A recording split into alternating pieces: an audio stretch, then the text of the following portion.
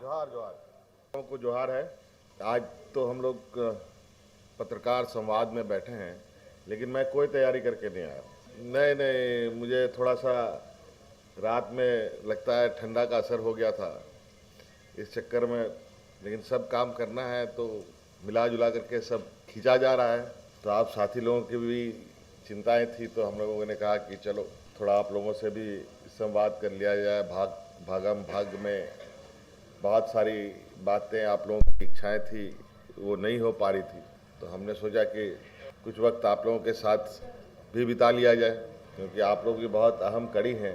तो हम चाहेंगे कि आप साथियों से ही बातें आए, तो हम लोग शुरू करें। किधर से शुरू होंगे? अच्छा, देखिए, कल 29 दिसंबर सरकार के 4 साल पूरे होने को हैं, और इस संदर्भ में आप भी जानना चाहते हैं, राज भी जानना चाहता है कि सरकार ने ये 4 साल कैसे कार्य किया। तो इस संदर्भ में लगभग चीज़ों के गवाह आप रहे हैं समय पर समय। लेकिन मैं यही कहना चाहूँगा कि सरकार तो ज़रूर हम लोगों ने बनाई, लेकिन मुझे लगता है जिस तरीके से सरकार को हम लोगों ने और इस राज्य को दिशा देने का पूरा एड़ी चोटी एक किया, वो किसी से छुपा नहीं है। सरकार ठीक से बनी हुई नहीं थी। कोरोना महामारी आया, कोविड आया, लॉकडाउन हुआ, और चूंकि झारखंड देश का सबसे पिछड़ा राज्य है, यहाँ किसान, मजदूर तबके के लोग, गरीब, पिछड़े, आदिवासी, दलित, पिछड़ा बाहुल्य राज्य है।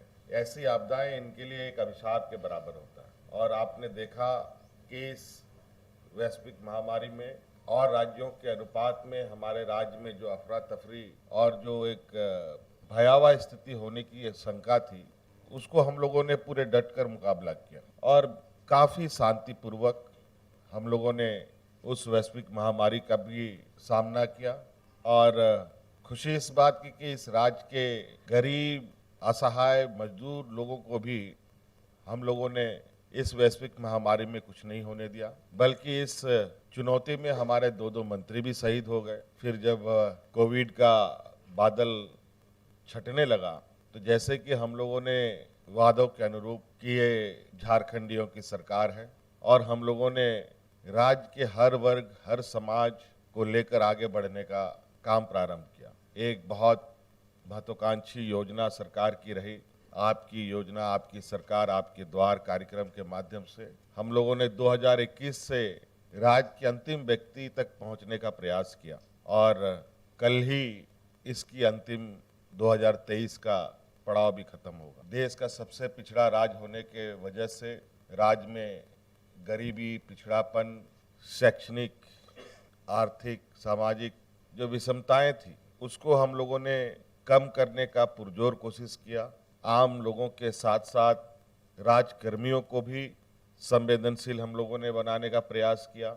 आज हम लोगों ने जो सरकार बनने के पहले इस बात को निर्णय किया था कि ये सरकार गांव से चलेगी, गांव के लोगों के भावनाओं के साथ चलेगी, राज्य की जनता की भावना के साथ चलेगी। कई चुनौतियां आई, इस बीच में अभी भी चुनौतियां हैं। ऐसा नहीं कह सकते कि सारी चुनौतियां खत्म हो गई, क्योंकि ये देश का एक लोकतांत्रिक व्यवस्था है, एक फेडरल संघीय ढांचा है, जिसके अनुरूप राज्य सरकार, केंद्र सरकार एक समन्वय स्थापित करते हुए आगे बढ़ती है। लेकिन मैं जहां तक झारखंड जैसे पिछड़े राज्य को एक सहयोग की आवश्यकता है, उस अनुरूप हमें कम सहयोग मिला। उसके बावजूद हम लोगों ने अपने कदमें नहीं रोकी, और निरंतर हम लोग आगे बढ़ते रहे।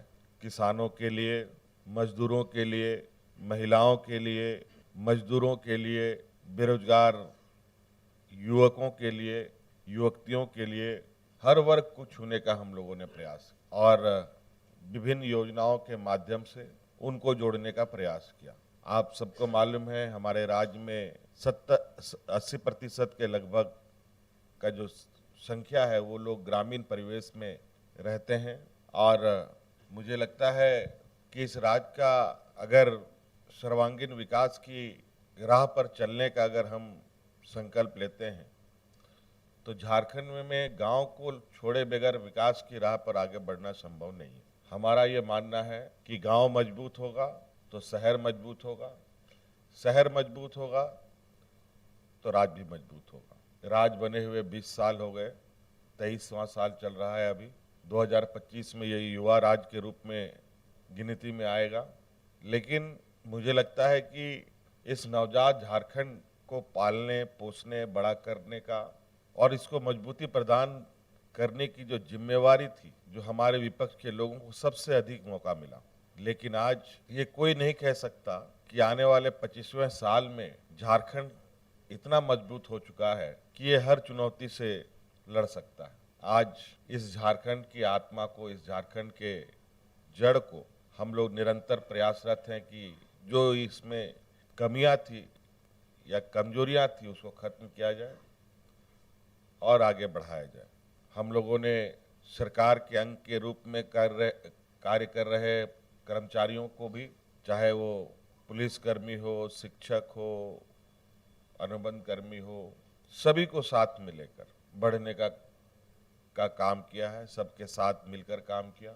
आज हमारे राज्य के कर्मी और देश के लगभग सभी कर्मचारी अपनी पुरानी पेंशन को लेकर आए दिन चिंताओं से ग्रसित होकर सड़कों पर उतरते हैं।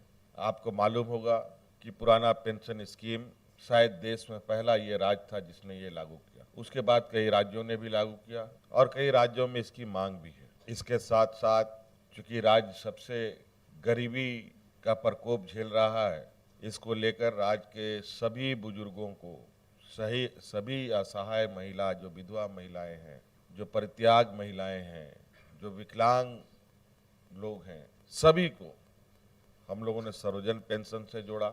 मुझे लगता है कि इस राज्य की जो पहली प्राथमिकता होनी चाहिए थी वो सामाजिक सुरक्षा पर होनी चाहिए थी, तो उसको भी हम लोगों ने बल दिया। हमारी आने वाली पीढ़ी, हमारी जो छात्र छात्राएं हैं, उनकी छात्रवृत्ति की बढ़ोतरी की बात हो, सावित्रीबाई फुले योजना से बच्चियों को सशक्त करने की बात हो, मरांगोंग के जयपाल सिंह पारदर्शी छात्रवृत्ति से विदेशों में शिक्षा ग्रहण करने की बात हो, किसान ऋण की माफ़ी की बात हो, मुख्यमंत्री रोजगार सृजन योजना के माध्यम से स्वरोजगार उत्पन्न करने की बात हो, विभिन्न पदों में सरकारी नियुक्ति की बात हो, विभिन्न पदों की नियुक्ति की नियमावली पहली बार बनाने की बात हो, कई सारी चीज़ें हैं। उत्कृष्ट विद्यालय बनाने की बात हो राज्य के अंदर, इन सब के साथ साथ उद्योग को बढ़ाने की दिशा में भी कई कड़े कदम उठाए हम लोगों ने। आपको मालूम होगा कि झारखंड देश का पहला ये राज्य होगा जहां हाइड्रोजन से चलने वाला इंजन का निर्माण किया जाएगा, जिसका इकरारनामा हम लोगों ने टाटा कंपनी के साथ किया है।